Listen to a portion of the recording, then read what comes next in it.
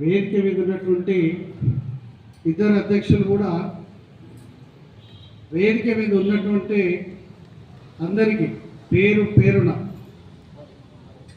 నిజంగా ఇప్పటిదాకా అందిన చెప్పిన విషయాల్లో నేను ఏకీభవిస్తున్నాను.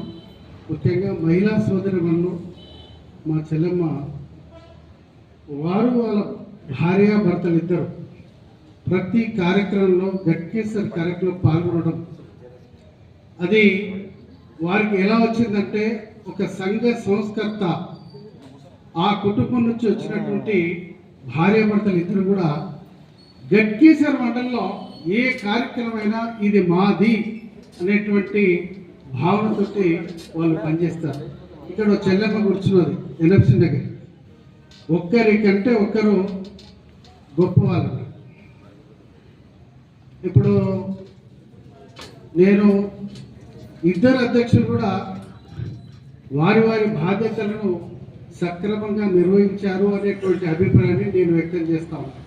ఎందుకంటే ఆర్గనైజేషన్లో